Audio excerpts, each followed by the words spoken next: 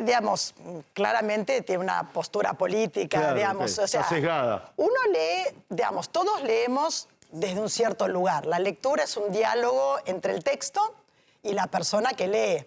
No sé si te acordás alguna vez en la escuela secundaria seguramente te dieron esos ejercicios con una frase larga. Sí, claro. Que según donde pones el punto y la coma cambiaba el sentido Por de la supuesto, oración. claro. Bueno, es así, pero justamente la formación y construirnos como lectores competentes nos permitiría justamente hablar y dialogar a partir de un texto que uno pudiera llegar a tener una mirada conjunta. Eso sí es verdad. Pero también hay que entender que no está leyendo. Qué lindo que lo expresaste, Irene, porque yo le diría, señora, vaya a leer, ¿no? Vos lo expresaste de otra manera. Sí, doña lea, le diría yo. Sí, pero digamos, justamente pongámonos de acuerdo en esa lectura, porque digamos, hay mucho ahora toda esta manera de comprender cómo procesa nuestro cerebro los estímulos. Se dice que más que ver para creer, es creer para ver. Repetime eso. Antes que ver para creer, que antes nosotros confiamos mucho en nuestros ojos, y bueno, ahora se sabe que más que ver para creer, es creer para ver. Primero creo y después busco aquello que confirme lo que yo creo. Sesgo de confirmación se llama eso. Sesgo de confirmación, dice Kahneman, entre otros. Sí. ¿Sí? Y lo anterior es la experiencia de Aristóteles. Sí, bueno, es una creencia sobre que la percepción era absolutamente objetiva. Claro. Y bueno, y ahora sabemos que no es así. 4 de cada 10 pibes o 6 de cada 10 pibes no comprenden lo que leen.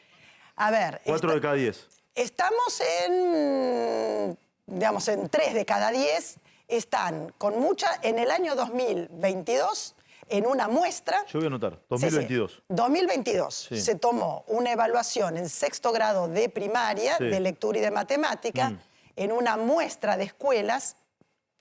Y lo que se encontró es que aproximadamente digamos, la cuarta parte de los estudiantes tiene dificultades para leer un texto y extraer información del texto. O sea, comprensión, ¿no? Primero para leer y después para comprender. Básicamente lo que uno puede observar, el leer es como una actividad dentro de la cabeza. Sí. El darte información sobre lo que leyó es lo que nosotros podemos analizar.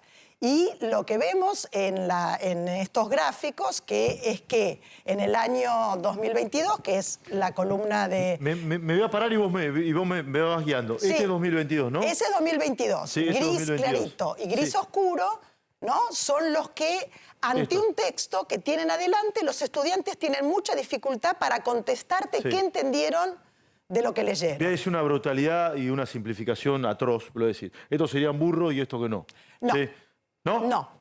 A ver, corregime. No, porque burro sería un atributo de la persona. Bueno, por eso dije que era una barbaridad. Pero ¿por qué digo que es una barbaridad? Porque yo te voy a defender. Pero dale. Yo soy confrontativa también. Dale. No, digo, a yo ver. no quería confrontar. No, Te pero trajimos para aprender. No, lo que quiero decir es que si no está pudiendo entender lo que lee, un chico que está en 6º grado de la primaria, es porque durante muchos años no pudimos darle, como sistema educativo, experiencias suficientes para que pudiera aprender a leer. No es un atributo de la persona. Para mí eso habla del sistema educativo, no de las personas. O sea, todo esto es que ha fracasado el sistema educativo. Exacto. Bien, genial, maravilloso. ¿Cuándo comenzó este gris a extenderse? Mira, si fijas en los años que hay ahí, es como que fluctúa mucho. 2021 es la columna que sigue. Tenemos la pandemia en el medio, plena pandemia. Y fíjate que 2018 está... O sea, lo que nos pasó en 2022, tanto en lengua como en matemática, es que volvimos a los niveles del 2018. ¿Y esto es por la pandemia o no? Eso es por la pandemia, sí. Es por la pandemia. Es por la pandemia, porque sí. No hace falta que pregunto, hablemos Irene, mucho. hoy Argentina vive una catástrofe, yo decía recién, Argentina vive una catástrofe cultural.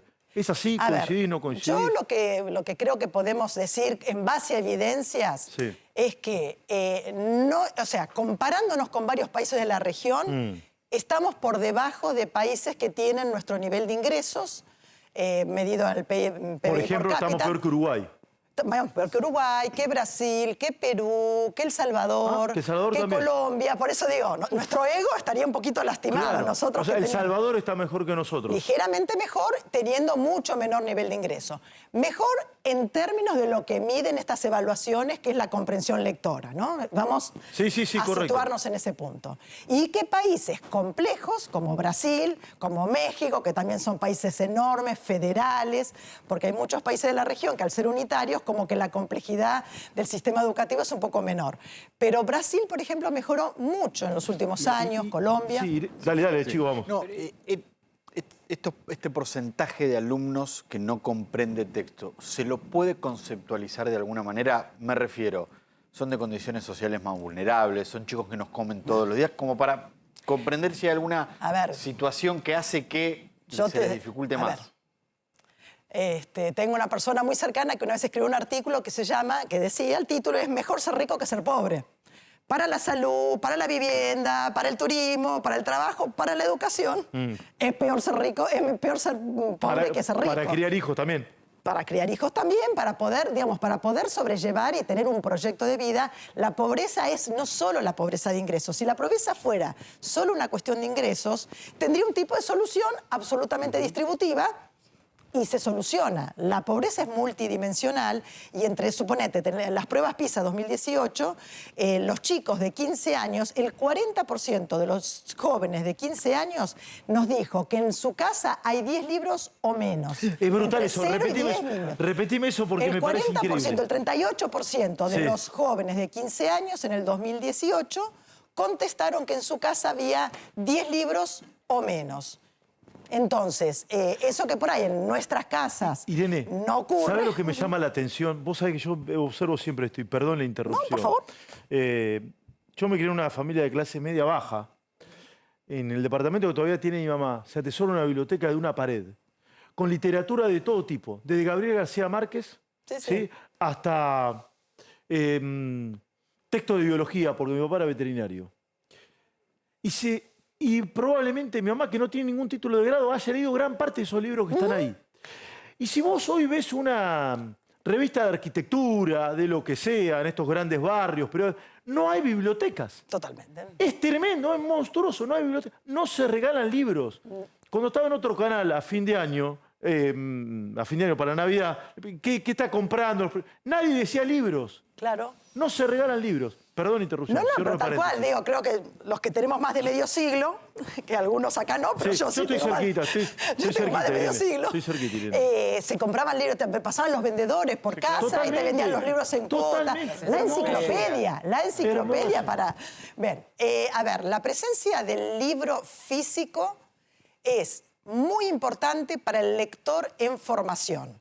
O sea, cuando estás entrando a la cultura, a la palabra escrita, nuestra cabeza, que se tiene que entrenar para la palabra escrita, o sea, nosotros aprendemos a hablar por contacto, pero a leer nos tienen que enseñar. Y tenemos que entrenar muchas partes de nuestra cabeza para poder leer bien. Y esa lectura se obstaculiza con la lectura digital. O sea, es mejor llegar a la lectura digital habiendo iniciado la lectura en papel, en libro, y luego pasar a la digital. Buenísimo. Perdón buenísimo lo que estás diciendo. Pregunta, pero ¿por qué esa diferencia? ¿Por qué es mejor para el desarrollo de un niño, ¿no? Y que aprenda comprensión de textos, empezar con un libro físico que un ebook o, por ejemplo, lo que puede leer desde la computadora o el celular? Digamos, a ver, primero que la mayor parte del soporte digital, cuando le das un celular a tu hijo, lo dejas entrar en la computadora, la mayor parte de la interacción es audiovisual. Pocas veces es textual, ¿no? O sea, porque son juegos o no sé qué, videitos, TikTok, etc. En la palabra escrita, pocas veces ocupa lugar en la actividad de los niños frente a las pantallas. Pero además, en esto que te decía, que hay que hacer un entrenamiento de nuestro cerebro para poder entender que esas marquitas que hay ahí son letras, que están en un orden determinado, que tienen un sentido determinado, nuestro cerebro necesita ir comprendiendo el texto distribuido en el papel. Vos cuando te lees un ebook, sobre todo si vas cambiando el tamaño de la letra, vos no te pueden faltar 900 páginas o 50. Vos tenés un libro en la mano y vos sabés cuánto te falta, por dónde vas. Muchos de nosotros recordamos que eso que leímos está en la parte de arriba de la página. Totalmente. O está vinculado con la ilustración. O sea, no estoy en contra de lo digital, porque sería estar en contra del momento del mundo, pero el libro sigue siendo imprescindible. Irene, ¿atribuís toda esta situación, digo, de incultura o no? ¿Cómo te gustaría que lo dijese? De desapego de la palabra escrita, digamos, de desvinculación de la palabra escrita. No diría incultura porque la gente tiene muchos conocimientos que no están ¿Falta de escritos. cariño por la enseñanza? ¿Te gusta? No, tampoco. Tampoco te gusta. Bueno, Falta de acceso. Desapego. Soy docente, soy No, docente. por eso te estoy preguntando. No, tal cual. A Por eso ver, te estoy preguntando. El que pregunta quiere saber. tal cual. ¿O no? No, a ver, Lo yo decía Aristóteles también. Lo que creo, sí, realmente. Hay muchas cosas, el pensamiento del ser humano realmente sigue encontrando en los clásicos muchas cosas ¿Cómo lo digo importantes. entonces? Desapego por la escritura. Claro, desapego por la palabra escrita. Desapego por la Por la palabra palabra escrita. En este momento de desapego por la palabra escrita, ¿cuánto atribuís de esta situación, ¿sí?, a los gobiernos que hemos tenido? Que muchos de ellos, y esto es personal, podés coincidir o no, han asaltado la verdad.